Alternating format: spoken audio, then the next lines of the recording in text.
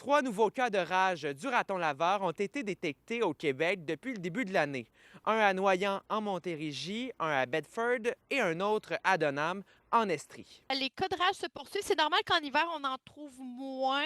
En fait, parce que ben, les gens sont moins à l'extérieur, donc les gens vont moins en voir.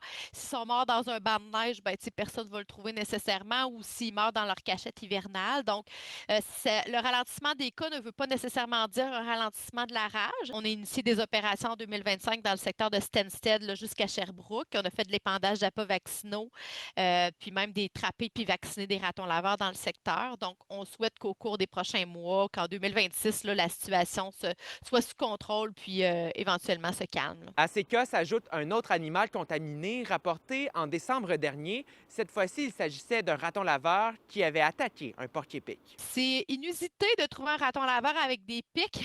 Habituellement, les ratons laveurs vont pas s'attaquer à des porcs-épics, là, mais quand ils ont la rage, leur comportement va changer. Le virus pousse l'animal à essayer de transmettre la maladie à d'autres animaux.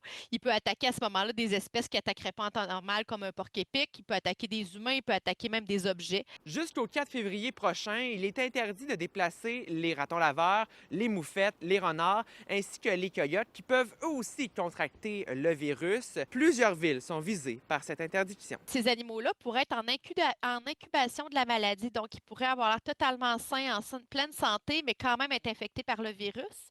Et en les déplaçant, ben, ça fait en sorte qu'on va le déplacer, on peut déplacer la maladie.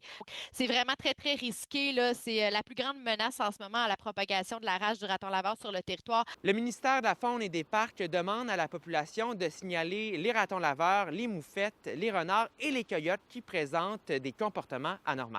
À Sherbrooke, Marc-Antoine Mailloux pour Nouveau Info.